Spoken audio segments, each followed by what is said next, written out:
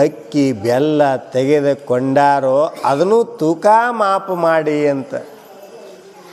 ಈಗ ತುಡುಗಣಿಸ್ಬೋದು ನೋಡ್ರಿ ಶರಣರ ಇರುವಿಕೆ, ಈಗ ತುಡುಗಣಿಸ್ಬಹುದು.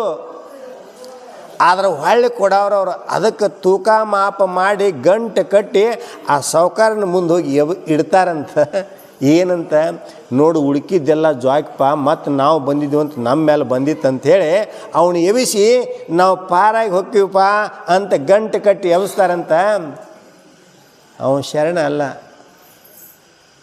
ಅವ ಸ್ಥಿತಪ್ರಜ್ಞನಲ್ಲ, ಸಾವ್ಕಾರ.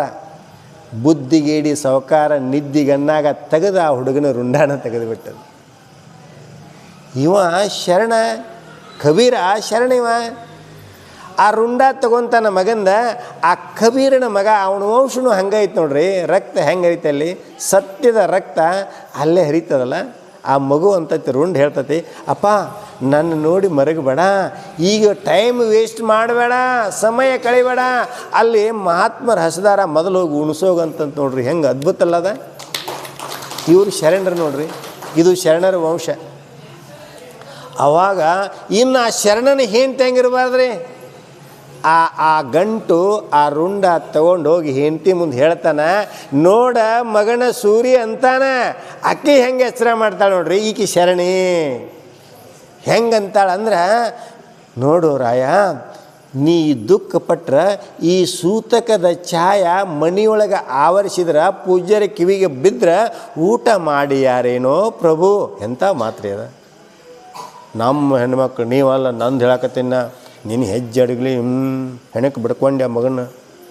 ಏನು ಬೇಯ್ತಾರೋ ಅವು ಯಾವ ಡಿಕ್ಷನರಿಯಾಗೂ ಸಿಗಂಗಿಲ್ಲ ರೀ. ಮತ್ತು ನಾನು 40 ವರ್ಷ 30 ವರ್ಷ ಹೈಸ್ಕೂಲ್ ಟೀಚರ್ ಸರ್ವಿಸ್ ಮಾಡೀನಿ. ನಿಮ್ಮ ಬೇಗಳು ಒಂದು ಡಿಕ್ಷನರಿಯಾಗಿ ಸಿಕ್ಕಿಲ್ಲವ, ಅಂಥ ಬೇಗಳು ಮಸ್ತ್ ಇರ್ತಾವೆ ನಿಮಗೆ, ಭಾಳ ಚಂದ ಇರ್ತದೆ. ಇರಲಿ, ಹಂಗೆ ಒಂದಿಷ್ಟು ನಗು ಮುಖದಿಂದ ಹೇಳಿದೆ. ಹಂಗೆ ಅನ್ಲಿಲ್ಲ. ಯಾಕೆ ಆಕೆ ಹಂಗೆ ಅನ್ಲಿಲ್ಲ, ಯಾಕೆ ಹಂಗೆ ಬೇಯಲಿಲ್ಲ ಅಂದರೆ ಗಂಡಗೆ ಆಕೆ ಶರಣಿ, ಆಕೆ ಶರಣಿ. ಆ ಮಹಿಮೆ, ಶರಣರ ಮಹಿಮೆ ಅಂದ್ರೆ ಹಿಂಗಿರ್ತೈತಿ. ಅವಾಗ ಆಕಿ ಗಂಡಗೆ ಬುದ್ಧಿ ಹಿಡಿದುಕೊಳ್ಳಿ. ಗಂಡ ಅಂತಾನೆ, ಅಡಕಲ ಗಡ್ಗೆ ಒಳಗೆ ಆ ರುಂಡ ಮುಚ್ಚಿಡ್ತಾರ್ರಿ. ಮಹಾತ್ಮರಿಗೆ ಗೊತ್ತಾಗದಂಗೆ ಅಡ್ಗೆ ಮಾಡ್ತಾರೆ. ಅಡ್ಗೆ ಮಾಡಿ ಊಟ ಮಾಡಕ್ಕೆ ಅವ್ರಿಗೆ ಹಚ್ತಾರ, ಊಟಕ್ಕೆ ಕೊಡ್ತಾರೆ. ಅತ್ಯಂತ ಸಂತೋಷದಿಂದ ಊಟ ಮಾಡ್ತಾರೋ. ಊಟ ಮಾಡಿದ ಕೂಡಲೇ ಅವರು ಮಹಾತ್ಮರಲ್ಲ, ಸಾಕ್ಷಾತ್ ಪರಮೇಶ್ವರನ ದರೆಗಿಳಿದು ಬಂದಾನ, ಈ ಸಾಧುರ ರೂಪ ತೊಟ್ಟಾನ. ಅವ ಊಟ ಮಾಡಿದ. ಇವ್ರು ಪಕ್ಕ ಶರಣರು ನೋಡ್ರಪ್ಪ, ಇವ್ರು ಶರಣರು, ಇವಾಗ ಮುಕ್ತ ಆದ ಅಂಥೇಳಿ ಅವರು ಆನಂದವಾಗಿ ನಿದ್ದೆ ಮಾಡಿದರು. ಅವ್ರು ಮಲ್ಕೊಳ್ಳೋದಷ್ಟ ತಡ ಇವ್ರ ಗಂಡ ಐತಿ ಆಗ ಅವ್ರನ್ನ ಊಟ ಮಾಡಿಸಿದ ನಂತರ ಏನು ಮಾಡ್ತಾರಂದ್ರೆ ಇಬ್ಬರು ದುಃಖ ಪಡ್ತಾರೆ. ಹೋದ ಮಗ ಹೊಡೆಮರಳಿ ಬರಲಿಲ್ಲ, ದೈವ ಎಂಥ ಕೋಡಿ ಅಂತಾರ. ಇಷ್ಟರೊಳಗೆ ಬೆಳಕಾಗ್ಬೇಕನ ಮಾಯ, ಇಷ್ಟರೊಳಗೆ ಬೆಳಕಾಕತಿ.